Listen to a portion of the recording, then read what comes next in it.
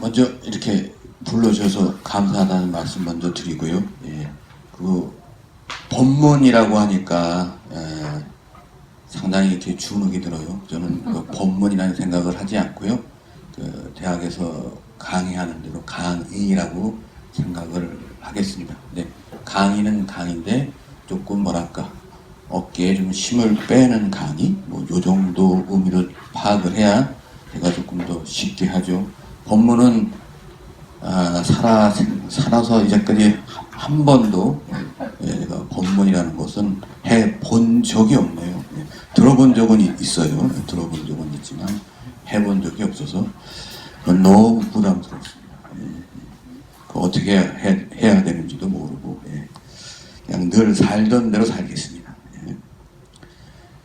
저한테 이제 강의하라고 온 게 처음에 이제 불자의 정의론이었어요.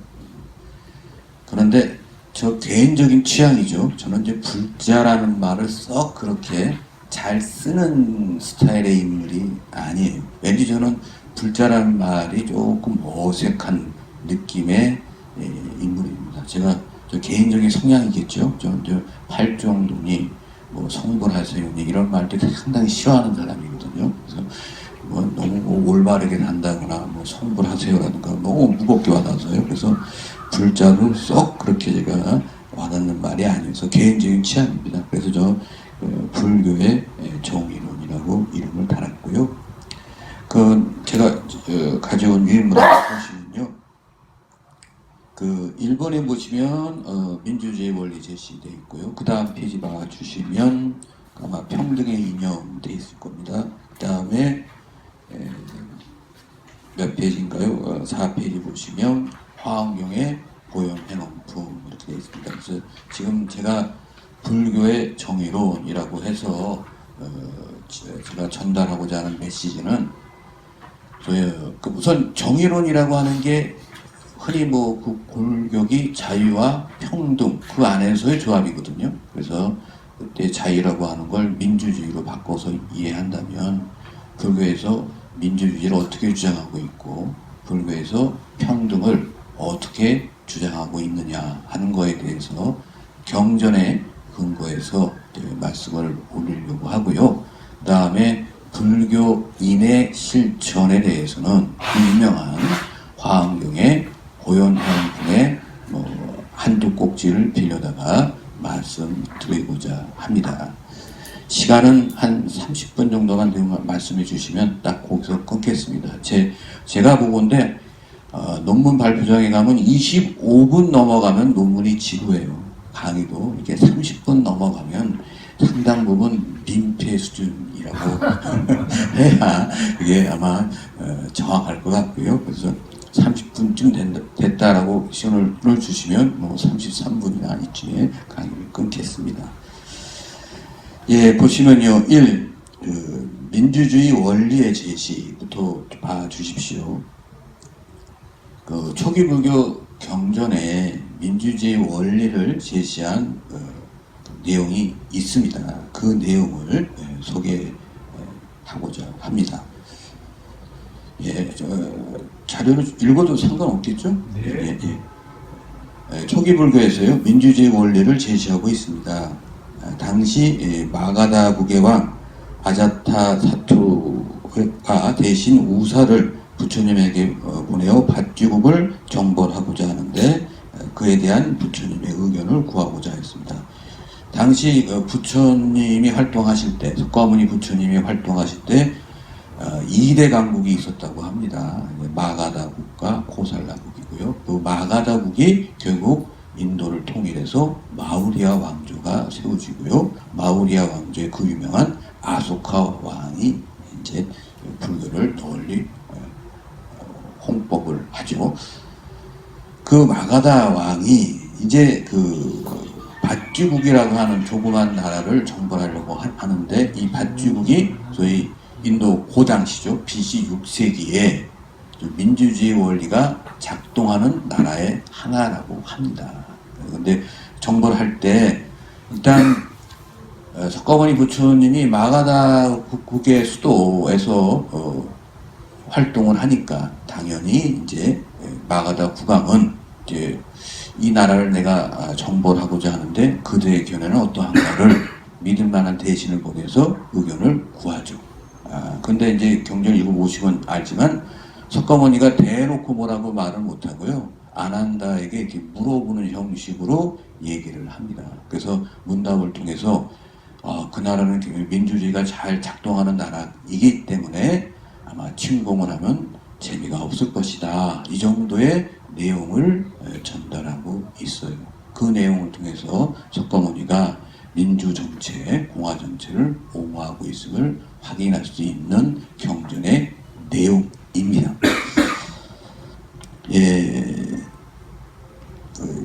인용문을 보겠습니다.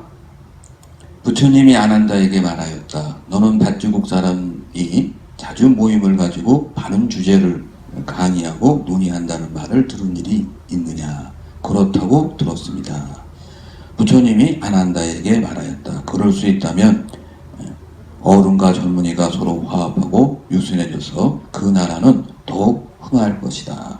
그 나라는 오랫도록 안온하여 어떠한 침략과 손실도 없을 것이다. 아난다. 너는 밭주국 사람은 임금과 신하가 화합하고 유순해지고 윗사람과 아랫사람이 서로 공경한다고 들은 일이 있는가? 그렇다고 들었습니다. 아난다요? 그럴 수 있다면 어른과 젊은이가 서로 화합하고 유순해져서 그 나라는 더욱 흥할 것이다. 그 나라는 오랫도록 안온하여 어떠한 침략과 손실도 없을 것이다. 제가 총 7가지 항목인데 지금 2가지만 소개해 드릴 건데요. 이제 뒤에 내용은 그렇게 핵심적인 내용이라고 하기는 어렵습니다. 그래서 뒤에 거 뒷페이지를 한번 넘겨 주십시오. 앞에 지금 2개가 핵심적인 내용이에요. 그래서 보시면 지금 제가 소개한 내용을 3가지로 정리할 수 있다라고 제가 정리를 했습니다. 지금 제가 읽은 경전의 내용은 굉장히 유명한 경전의 내용이고요. 불교가 민주주의를 옹호했다라고 할 때 널리 인용되고 있는 경전의 내용입니다만은 지금의 해석은 저의 해석입니다. 7가지 사항을 저는 3가지로 나누어서 보고자 합니다. 첫째요, 민주주의 원칙의 강조입니다. 앞에서 자주 모임을 가지고 바른 주제를 강의하고 논의한다라고 하는 것이 이 내용인데요. 민주주의는 상대방의 의견을 잘 수용하고 거기에 자신의 견해를 추가해서 합의를 이끌어가는 것이라고 할 수 있습니다. 그러니까 민주주의라고 하는 것, 우선 다른 사람의 견해를 잘 경청을 해야겠죠. 그 이외에 자신의 견해를 추가해서 거기서 타협, 합의를 이끌어내는 게 저는 민주주의라고 생각을 했습니다. 그러기 위해서는요, 자주 만나고 논의하는 것이 꼭 필요하고요. 그래서 자주 만나고 논의를 해야 무슨 얘기가 되겠죠. 경우에 따라서는 상대방이 잘 이해할 수 있도록 정보를 제대로 제공할 필요가 있죠. 그러니까 민주주의라고 해서 자꾸만 토의만 한다고 될 일이 아니에요. 정보의 격차가 있으면 알고 모르고가 너무 차이가 지면, 또는 저희처럼 저희 나라는 매스컴이 좀 잘 작동이 안 되는 측면도 있지 않습니까? 유튜브라고 하는 새로운 매스컴이 등장해서 또 새로운 여론을 이렇게 조성하고 이런 현상에서는 제대로 된 민주주의 원리가 작동되기가 어려울 것 같습니다. 또한 논의할 만한 일을 모여서 논의해야지, 별로 중요한 문제도 아닌데 자꾸 모이기만 하면 그건 무늬만 민주주의죠. 소모적인 만남이라고 할 수 있습니다. 그래서 바른 주제를 가지고 논의하는 것이 매우 중요한 일이라고 생각을 했습니다.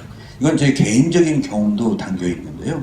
제가 어느 학회에 임원을 했는데 그 회장님이 한 달에 한 번씩 모이자고 하세요. 근데 조그만 학회니까 한 달에 한 번씩 모일 일이 없습니다. 근데 일단 모여서 호텔에서 점심도 사주시고 호텔에서 차도 사주시니까 얻어먹는 재미에 가기는 합니다만은 모여서 하는 얘기가 이렇게 모여서 할 만한 얘기들이 아니었어요. 그냥 서로 간에 전화 또는 그냥 인터넷으로 충분히 해도 될 만한 것들을 모여서 그냥 점심 한 끼 사주시고 끝나니까 굉장히 공허하고 허전하더라고요. 왜냐하면 얻어먹는 것도 좋지만 시간이 더 중요하거든요. 근데 정말로 와서 생산적인 토의를 하고 가면 그러면 뭔가 뭐 뿌듯한데 그러고 나서 뭐 점심 저녁 또는 뭐 차라도 한 잔 마시면 정말 뭔가 내가 이 학기에 기여를 했구나 뭐 이런 생각이 드는데 그게 아니라 이제 그냥 모여서 별로 중요한 문제도 아닌데 얼굴만 보고 그냥 서로 웃고 잡담하고 간단하게 얘기하고 1시간 모였는데 한 10분 토의하고 끝나면 정말 기운 빠지더라고요. 그래서 저는 한번 모이면 한 2시간 정도는 그냥 주구장창 토의할 수 있을 만큼 그런 만큼 그런 안건이 좀 쌓이고 모이고 또는 중요성이 있을 때 모이는 걸 굉장히 선호하는 쪽이고 나머지는 좀 회장님 직권으로 알아서 했으면 조그만 것까지 다 토의하자 그럴 땐 정말 짜증이 나서요. 그래서 저는 자주 만나서 의논하는 것도 중요하지만 제대로 민주주의가 작동을 하려면 여기 말씀드린 대로 자주 모임을 가지고 바른 주제를 강의하고 논의한다면 강의하는 게 빠져서는 안 된다고 생각해요. 그러니까 정보의 격차가 있으면 이게 민주주의가 작동될 수가 없다고 생각을 합니다. 알고 모르고 너무 분명하면 이건 일방적인 토의죠. 그럼 널 모르니까 가만히 있어. 이렇게 되는 거니까 일정 부분 정보를 공유한 뒤에 그 다음에 어떤 토의에 들어가고 그 토의를 통해서 좀 합리적인 어떤 의견을 이끌어낼 때 비로소 민주주의가 작동할 수 있다. 경전에 있는 말씀입니다만 참 멋있는 말씀이다 이렇게 생각을 했습니다. 그 다음 봐주십시오. 둘째, 계층 간의 화합입니다. 앞에서 임금과 신하가 화합하고 유순해지고 윗사람과 아랫사람이 서로 공경한다. 이 두 번째 내용이거든요. 말한 것이 이 내용에 해당합니다. 자주 모여서 바른 주제에 대해서 논의하면 자연히 여러 계층 간의 견해가 수렴될 것이고 그때 계층 간의 화합을 이룰 수 있다. 그렇지 않고 힘 있는 쪽이 힘 없는 서민을 강제로 이끌려고 한다면 자발적인 화합을 기대하기가 어려울 것이다. 제가 이렇게 해석을 좀 해봤습니다. 그러니까 그 백주국이라는 나라가 아무튼 자주 모여서 아무튼 토의를 통해서 좋은 논의를 끌어낸다라고 한다면 그러면 여기서 윗사람과 아랫사람이 서로 공경하고 임금과 신하가 서로 화합해지고 유순해진다. 이 말을 그냥 요즘 말로 바꾸면 계층 간의 화합이 이루어질 것이다. 그러니까 민주주의가 제대로 작동하면 계층 간의 화합이 거기서 이끌어내질 것이다 라고 저는 읽었습니다. 그 다음에요. 세 번째요. 셋째, 성숙한 문화를 이룹니다. 그러니까 민주주의가 이루어지고 그래서 계층 간의 화합이 어느 정도 도모된다면 그 사이에 성숙한 문화가 이루어질 것이다. 이런 것은 그냥 충분히 미루어 짐작할 수 있는 게 아닐까 이렇게 생각을 했습니다. 그래서 이 경전의 내용이 상당히 중요한 내용을 담고 있다라고 저는 주장하고 싶은 거죠. 쭉 읽어보겠습니다. 여기에는 경전의 내용을 좀 간추리면요. 도덕을 받들고 예의와 법도를 어기지 않으며 부모에게 효도하고 어른과 스승을 공경하며 종묘를 공경하고 부녀자가 진실하고 바르며 삿되지 않으며 수행자를 섬기고 중요하게 생각하는 것 등이 포함이 됩니다. 이렇게 쭉 강의하면 여학생들이 얼굴이 쫙 찡그리는 대목들이 있어요. 그 대목이 아마 추정컨대 다 아시겠죠? 그런 대목들이 있어요. 그래서 그런 대목들을 어떤 식으로 설명할 것이냐라고 할 때 그 다음에 큰 틀의 해석이 중요하지 개개의 표현에 너무 매일 필요는 없다라고 하는 게 저의 주장입니다. 계속 읽어보겠습니다. 여기에는 오늘날의 관점에 부합되지 않은 점도 분명히 존재합니다. 그것은 이 내용을 말한 것이 2600년 전이기 때문입니다. 이 점을 감안하고 재해석을 한다면 도덕과 예의를 지키는 것으로 집약될 것이고 그것이 그 당시에는 종묘를 공경하고 부녀자가 진실하고 삿되지 않으며 수행자를 섬기고 중요하게 생각하는 것 등으로 표출되었습니다. 오늘날에는 그 문제의식만 파악하면 될 것이지 그 구체적 표현 하나하나에 매달릴 필요는 없다고 저는 생각을 했습니다. 제가 이 경전에 대한 해석이 저의 해석이라고 강조하는 이유가 뭐냐, 세 번째부터 일곱 번째까지는 성숙한 문화를 이루는 것이다. 그리고 밭쥐국이 2600년 전에는 밭쥐국 버전으로 그게 성숙한 문화였지만 오늘날 2600년이 지난 한국에서 그 성숙한 문화는 내용이 달라질 수밖에는 없다. 경전의 말이 중요하긴 하지만 모든 게 다 중요한 건 아니고 그 정신만 미루어 우리가 받아들이면 충분하다. 이게 제 해석입니다.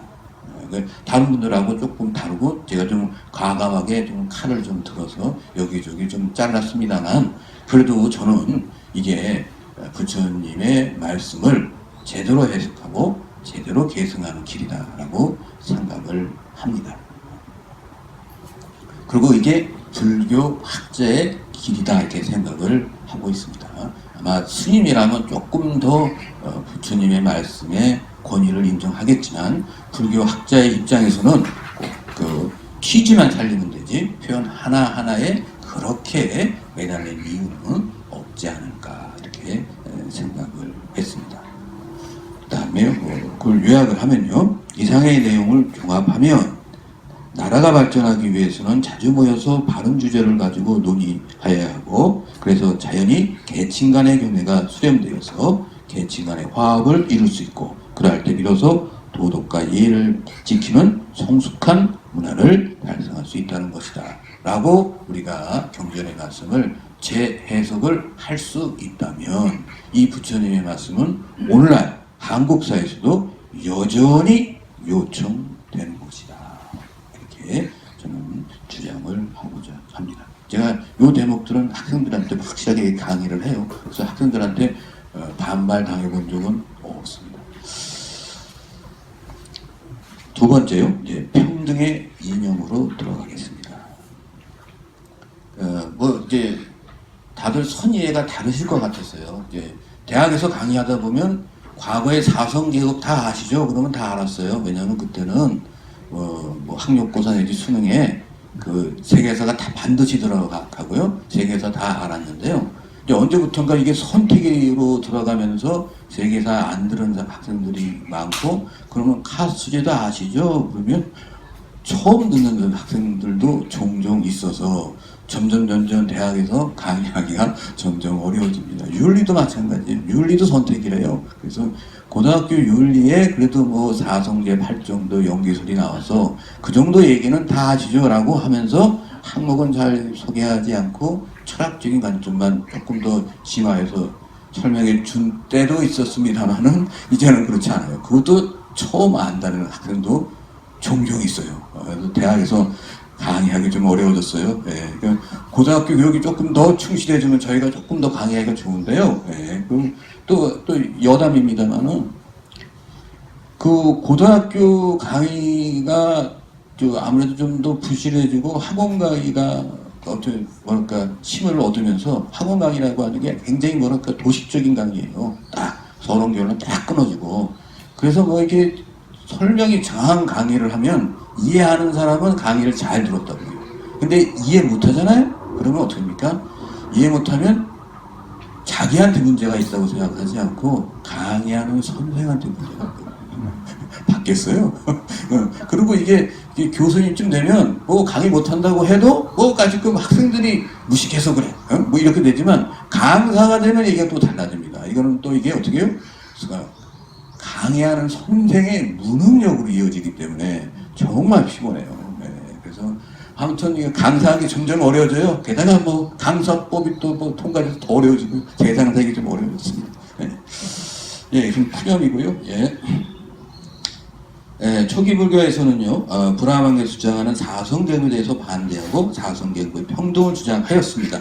이 카스 제도가 인도를 대표하는 내용이라고 할 수 있고요. 지금까지도 인도의 근대화, 현대화를 가로막는 최대의 장애 요인이 카스 제도라고 합니다. 그럼 카스 제도가 무언가요? 그러면 좀 읽어보겠습니다. 사성계급은 브라만, 크샤트리아, 왕족, 바이샤, 평민, 수드라, 노예계급입니다. 이게 어떻게 생겨났냐면 인도가 BC 15세기경에 인도에 진입한 아리아인은 백인이에요. 독일 인종도 아리아인이라고 합니다. 인종이 같습니다. 이 아리아인이 BC 10세기경에 농경생활로 전환했고요. 인도 중심부에 가서 인도를 이제 딱 정복했다고 해야 되나요? 어쨌거나 뿌리를 내렸고, 그러면서 이때 사성계급이 정착이 됐습니다. 이걸 카스트 제도라고 부르는 거는 15세기경에 포르투갈 사람들이 인도 사람을 보니까 피부색에 의해서 사람을 차별하더라. 그래서 카스트 제도라는 말이 붙었고요. 인도에서는 바르나라고 부릅니다. 이를 바르나 제도, 바르나라는 게 색깔이래요. 색깔이라는 게 뭐냐면 아리아인은 백인이고요. 그 다음에 원주민은 드라비다인으로 추정되는데 까무잡잡하다 그럴 겁니다. 그러니까 원주민들이 싸우다 치면 어떻게 전쟁포로가 되고 그 사람들이 노예가 되었다. 그래서 이제 바르나 제도라고도 하고요. 이 바르나 제도의 기초에서 직내의에 더욱 세분화된 것이 자치입니다. 자치라고 하는 게 이 사성계급은 4개뿐이잖아요. 근데 자치는 총 4,000개 이상의 그러니까 카스트 제도라고 말씀드릴 수가 있죠. 그래서 인도에서는 지금 뭐 카스트를 말한다 그러면 자치를 말하는 거죠. 쉬운 비유를 두면 카스트 제도 바르나는 전국구 조폭이고요. 네. 그리고 이제 자치는 어떻게 이제 지방 조폭쯤 된다고 하면 되겠죠. 그래서 지방 조폭끼리 싸우다가 서열 싸우면 어떻게? 우리는 중앙에 이런 조폭하고 연결되어 있다. 그게 이제 바르나라고 보시면 되겠습니다. 이것이 굽타 왕조와 그 이후에 생겨난 것으로 추정되는데요. 이 카스 제도를 옹호한 것이 브라만교와 브라만교를 전신으로 생겨난 힌두교죠. 인도하면 힌두교니까요. 힌두교의 장점도 있지만 단점이 있다고 한다면 카스 제도를 옹호한 것이고 그로 인해서 인도 사회의 근대화에 큰 장애가 됐다는 점, 이게 가장 장애라고 합니다. 조금 더 여담이지만 그럼 카스트 제도가 왜 문제인가라고 한다면요. 어느 고대나 중세나 다 신분 제도는 있었습니다만은 카스트 제도는 가장 문제가 뭐냐면 개인이 신분 상승하는 길을 막아놨다는 데 있습니다. 그러니까 카스트 제도가 완전히 신분 상승을 막았느냐 이렇게는 말할 수 없대요. 인도 역사를 탈탈토로 약 10여 회, 약 10손가락 이내로 신분 상승의 일이 있었다고는 한대요. 그런데 개인이 신분 상승을 하는 경우는 거의 없고 자치죠. 조그만 소규모의 카스트가 올라가는 경우가 약 인도 역사 수천 년의 역사에 10여 회 미만으로 있었다고 합니다. 그러니까 거의 신분 상승이라고 하는 거는 있을 수가 없는 거죠. 가장 고약한 제도가 카스트 제도고요. 이게 조금 크게 해석을 하면 남아프리카 공화국에서 흑백 분리, 또는 미국 남부 지방에서 과거에 한 60년대에 흑백 분리, 요 정도도 카스트 제도의 범죄에 들어간다고는 합니다만은, 그러나 인도의 이 카스트 제도는 정말로 고질적인 것이고, 이것을 이제 반대했던 불교가 마우리아 왕조 때는 한때 주요 종교로 성장했지만, 그러나 다시 그 이후에 힌두교의 점점 밀리면서 AD 4세기쯤에 굽타 왕조가 쓰거든요. 굽타 왕조가 되면서 다시 힌두교가 완전히 복권을 하고 그러면서 카스트 제도가 부활을 했고 그 카스트 제도가 뿌리를 내리면서 자치라고 하는 직능에 근거한 카스트 제도까지 나오게 된 것이죠. 그래서 인도에서 불교가 사라진 것은 불교인의 아쉬움도 되겠습니다만은 인도 사회 관점에서 보면 정말 철학도 깊고 합리적인 사고의 흐름이 사라진 것에 대해서 인도 사회 입장에서 정말 애석하다라고 말할 수밖에 없습니다.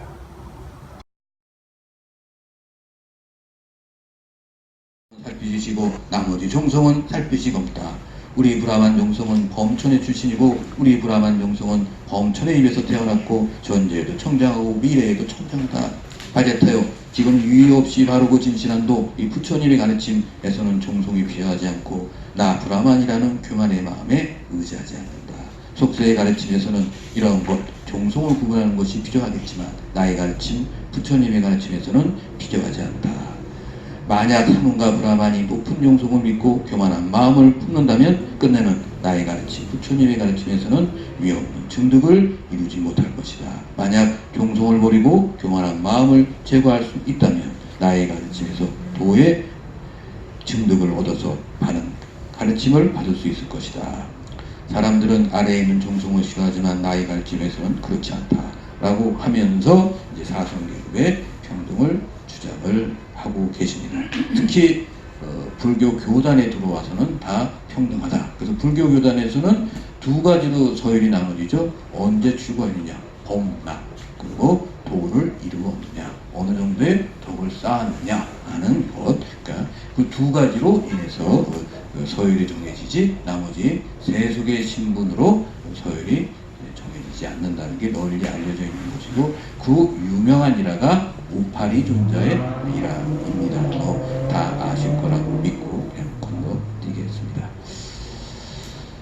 그래서 이처럼 초기 불교에서는 사성계급으로 불리는 가수 제도를 비판하고 있습니다. 이거를 사회과학적인 관점에서 다시 한번 해석을 한다면 평등의 이데올로기, 평등의 이념을 제시한 것이다 라고 해석할 수가 있습니다. 물론 이 평등이 재산의 평등이냐 등등 그거는 더 이제 해석을 해볼 여지가 있죠. 근데 동남아시아 국가 중에 불교 사회주의가 유행하잖아요. 그때 아마 제 기억으로는 불교 사회주의가 서로 만날 수 있는 근거 중에 하나가 사성계급의 이 평등이 마르크스가 말하는 평등과 서로 일맥상통하다라고 해석하는 사람도 있습니다. 그때는 정확하게 맞지는 않을지 몰라도 그런 정신으로 승화해서 해석할 수가 있다. 이런 거죠. 아무튼 평등의 정신이 중요하다라고 말씀드릴 수 있고, 저는 그냥 그걸 좀 완곡하게 얘기하면 우리 사회가 조금 더 발전해서 복지국가가 이루어져서 많은 사람들이 중산층의 삶을 살 수 있었으면 좋겠다. 정도의 평등으로 저는 수용합니다만은 이 평등의 개념을 어떤 식으로 수용하려는지는 각자의 몫입니다. 그리고 불교 교단이 어떻게 해석할 것인가 그것도 달려 있겠죠. 아마 불교 교단에서는 설마니 불교 사회주의까지 그렇게 과격하게 해석을 할까는 좀 그렇게는 안 할 것 같은데요. 저희가 일제시대 때 또는 이제 1900년 초반 그때 불교에 대해서 좀 우습게 알고 있지만요, 아닙니다. 그 당시 불교 지식인들이 주장하는 것, 불교는 평등의 가르침이다. 딱 이렇게 못을 박습니다. 만해 한용운의 조선불교 유신론도 그렇고요. 그 당시 불교계의 석학들, 불교계의 큰 스님들, 불교계의 선지식들은 다 이구동성이에요. 다 이구동성으로 불교는 평등의 가르침이다라는 얘기가 있었어요. 그런 좋은 가르침이 있었는데 언제부턴가 그런 내용들이 별로 그렇게 강조되지 않고, 지금 제가 이렇게 대학에서 강의할 때 학생들한테 평등의 가르침이다 그러면 굉장히 신선하게 생각을 해요. 꼬질꼬질한 불교, 고리타분한 불교에 아니 민주주의를 옹호하고 세계 평등을 얘기합니까? 정말 놀랐습니다. 이런 식의 얘기들을 들어요. 너무 안타깝죠. 이런 정도의 얘기는 사실은 상식화가 되어 있어야 마땅한 겁니다. 이게 대단한 얘기들이 아니잖아요. 대단한 얘기가 아닌데도 불구하고 이 정도의 내용조차도 저희가 불교의 가르침을 홍보 못하는 저희들의 무능을 탓해야겠죠. 네. 하여튼 저로서는 좋아요. 이 정도의 얘기만 해도 학생들이 상당히 강의를 통해서 많은 걸 배워간다. 이렇게 하니까 좋기는 한데 이게 과연 많은 걸 배워가는 건가? 이 정도는 상식이어야 되는 거 아니냐 하는 진짜 아쉬움이 저한테는 있습니다. 나머지 내용은 여기 건너뛰겠습니다. 그 다음 페이지로 봐주십시오. 그 다음 얘기를 보시면 그 유명한 수타니파타입니다. 저는 법정 스님이 번역한 수타니파타 얘기인데 여기에 사성계급의 평등이 또 한 번 나옵니다. 이것도 굉장히 유명한 규절이니까 간단히 한번 보겠습니다. 그러니까 4페이지 두 번째 단락이 되겠네요. 화를 잘 내고 원한을 풀며 간사하고 악독해서 남의 미덕을 덮어버리고 그럴 땐 소견으로 음모하는 사람 그를 천한 사람으로 아시오. 정말 가슴에 확확 와닿더라고요. 예. 이런 사람 꼭 있어요. 아, 근데 뭐 2600년에도 있었겠죠. 예. 예. 한 번 태어난 것 태생, 예. 두 번 태어난 것 난생. 난생이 뒤에 두 번이냐면 알로 태어나고 알에서 한번 깨지니까 두 번 태어난 걸로 아마 볼 것 같습니다.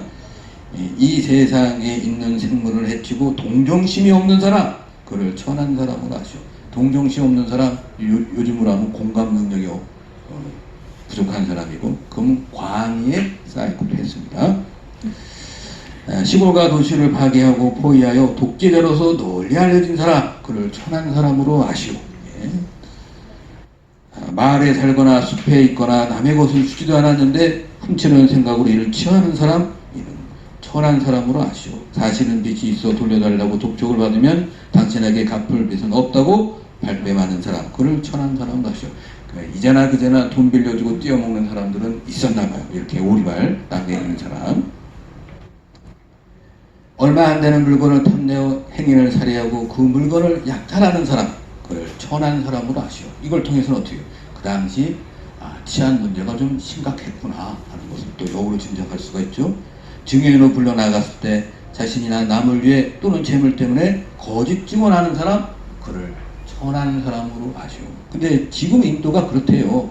인도가 형사사건으로 가면 1심, 2심, 3심까지 가면 아마 그 유죄로 판결되는 경우가 사건의 5% 미만이 됩니다. 나머지는 다 유죄가 아니게 되는데 이유가 뭐냐? 증인이 다 매수당한 겁니다. 지금은 더 심한가 봐요.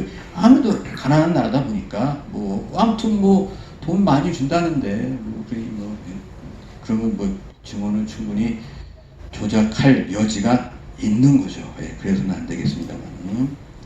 그 다음에요.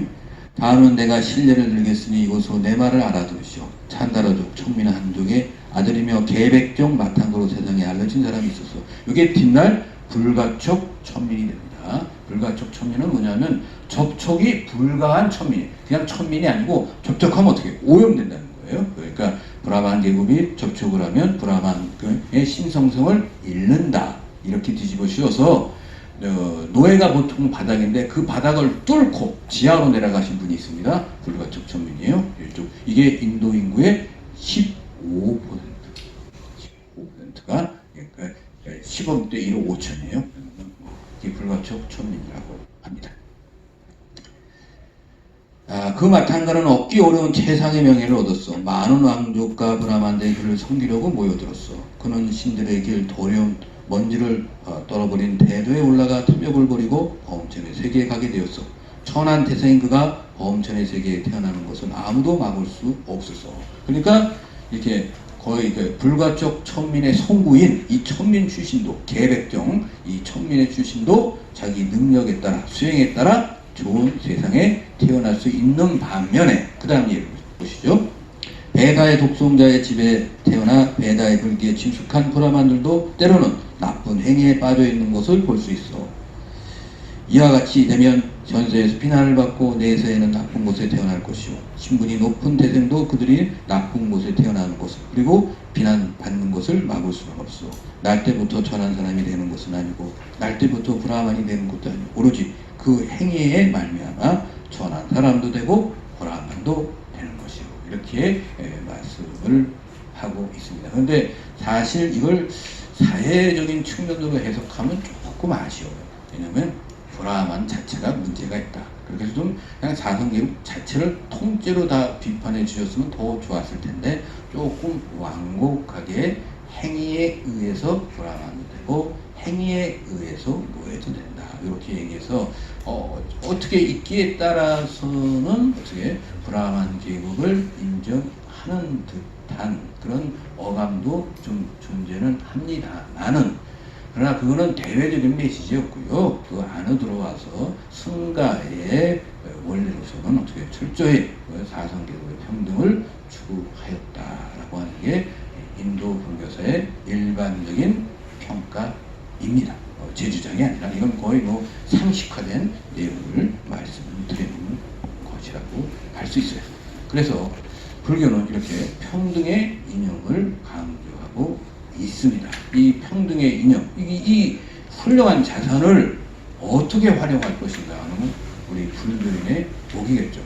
그러면 예를 들어서 기독교 같은 예를 들면 18세기 들어오고 19세기 들어오고 그랬잖아요. 그때 그분들이 주장하는 바가 뭐예요? 그게 조선조가 신분제 질서가 있는데 기독교를 통해서 그런 신분제에 대한 비판, 평등의 이념을 추구했다라고 굉장히 강조하고 계시더라고요.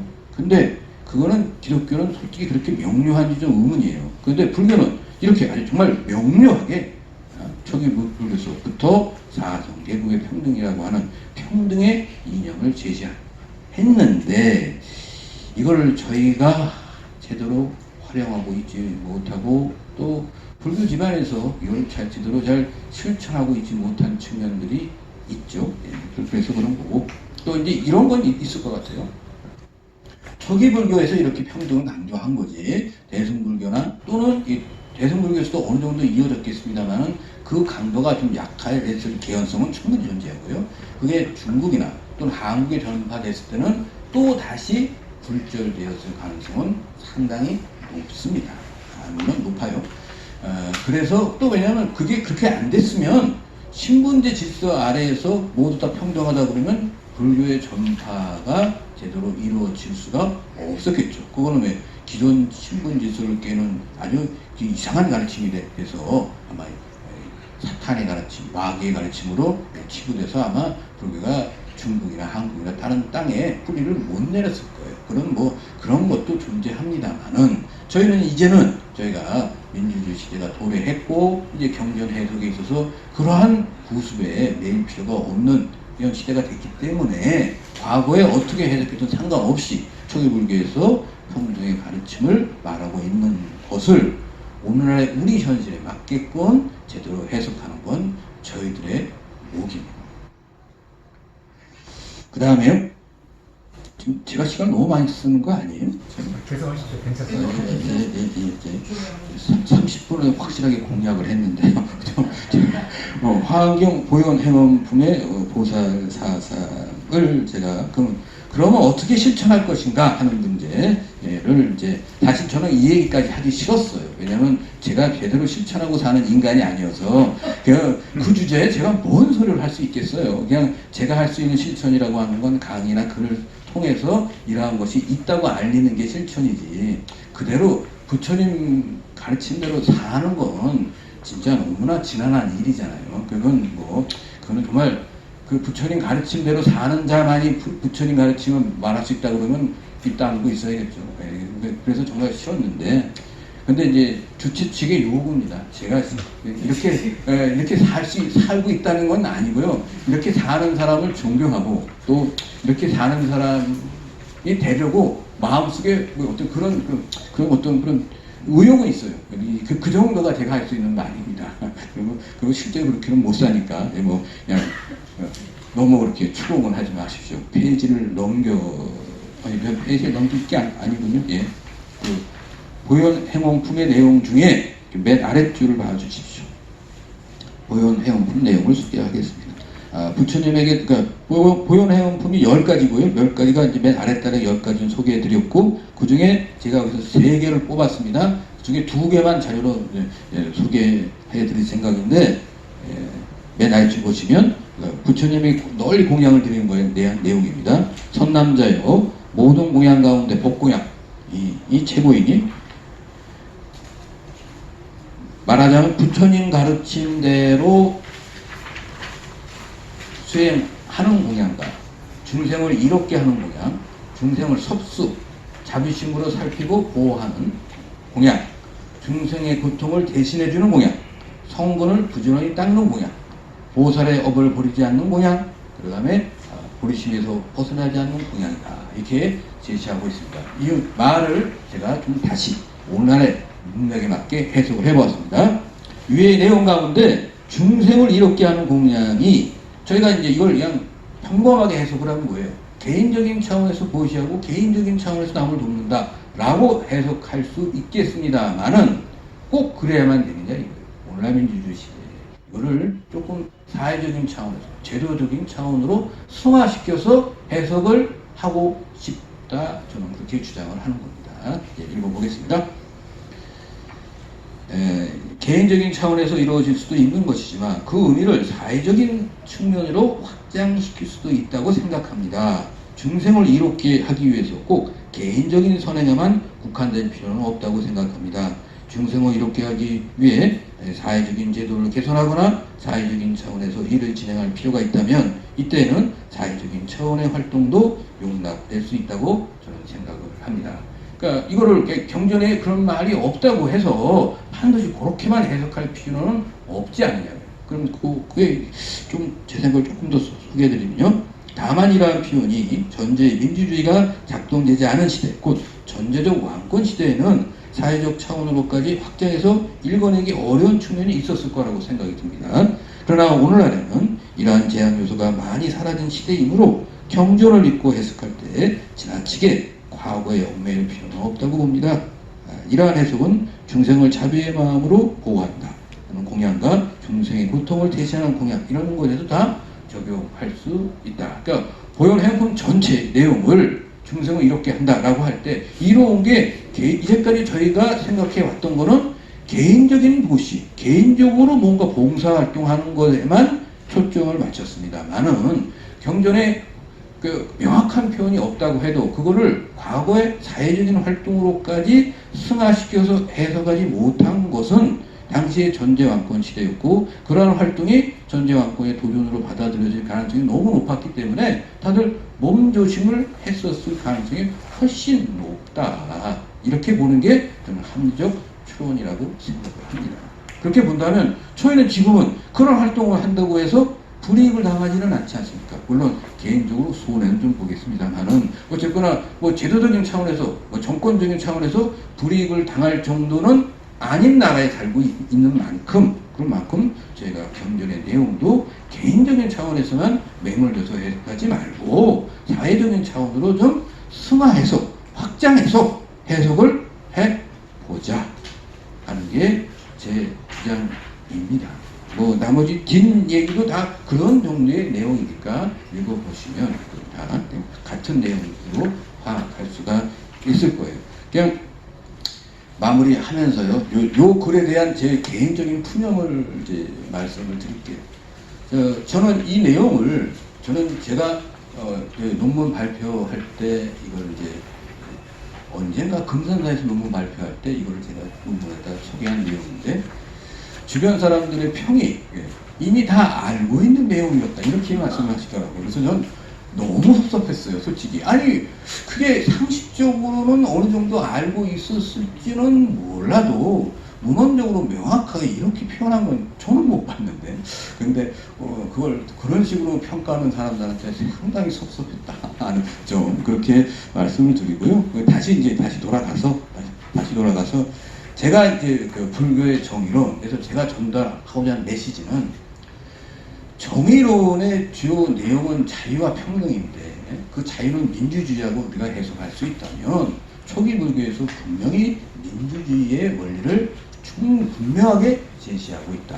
그리고 제가 말씀 못 드렸지만 승가의 운영 원리를 살펴보면 거기가 중요한 거는 만장일치지만 3번 만장일치가 되고요. 보통 중요한 건 만장일치인데 한 번에 만장일치가 돼야 구성원 전체가 다 찬성해 줘야만 그래야 결정이 됐습니다. 그리고 승가가 상가란 말의 음력인데 상가 자체가 공화정을 의미한다고 합니다. 우리가 좀 글을 몰라서 그렇지. 그러니까 초기 불교 자체는 공화주의, 공화정을 그냥 내건 집단입니다. 그러니까 불교가 민주주의에 대한 강한 신념이 있는 단체였다, 집단이었다는 분명하게 이건 무슨 교리를 호결론적으로 해석하는 것이 아니라 확실하게 말씀드릴 수 있는 대목이고요. 그 다음에 사성계급의 평등도 당시에 인도의 그 신분제도의 질곡인 카스트 제도를 비판한 점 이건 분명한 팩트고요. 그리고 그것이 약간 모호한 측면도 없지 않아 있습니다만은 승가 안에서 승려들에게는 철저하게 구현됐다는 점 이런 또는 그래서 평등의 이념도 불교의 강한 이론적 지주가 된다. 이렇게 말씀드리고요. 그러면 이제 대승불교를 건너와서 어떻게 실천해야 할 것이냐? 그러면 결국 보살행인데, 보살행, 중생을 이렇게 하는 것인데, 이제까지 보살행을 개인적인 차원에서만 해석해 왔는데, 그러지 말고 사회적인 차원, 또는 뭐 제도적인 차원까지 확장해서 해석할 수 있는 길을 열어둘 필요가 있다. 그게 요즘 흔히 뭐 트렌드라고 할 수 있는 참여불교의 내용이 되지 않을까 이렇게 생각을 했습니다. 제가 30분 공약을 말씀드렸는데 빈 공약이 됐네요. 죄송합니다. 이것으로 마치겠습니다.